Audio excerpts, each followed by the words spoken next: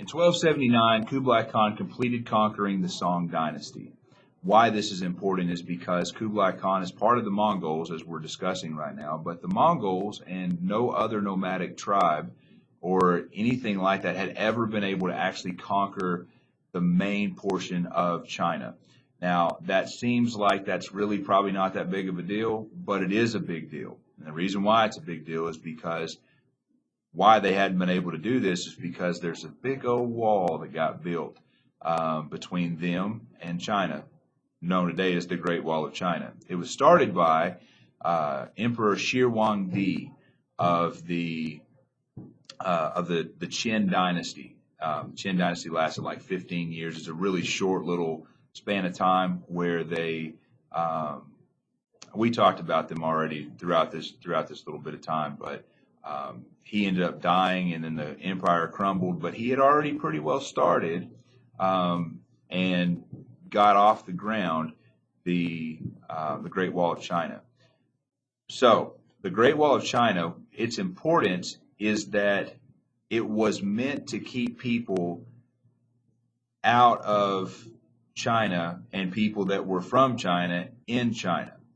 So it was like we don't want people to come in here and invade us, but we also don't want our people to leave either.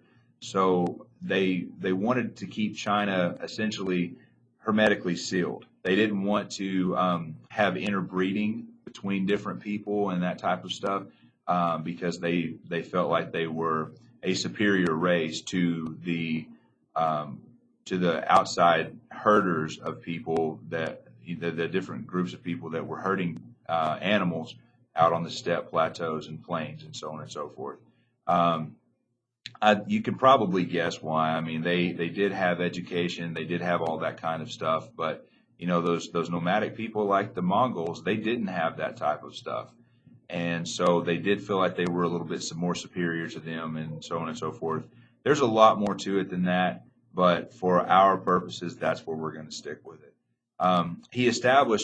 Kublai Khan established the Yin dynasty, or the Yuan dynasty, and he established his capital in current day Beijing. It was called Khan Balik. Khan Balik literally means the city of the Khan. Again, today it's now known as Beijing.